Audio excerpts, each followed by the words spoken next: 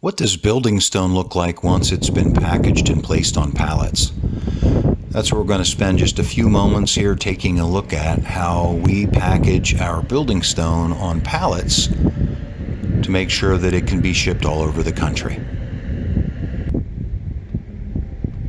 The 12.5 gauge wire that you see used in these pallets, the openings are 4 inches high by 2 inches wide.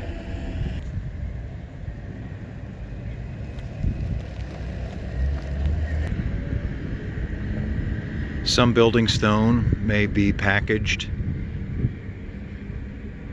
as you see here with what's commonly called chicken wire that contains the stone on the pallet.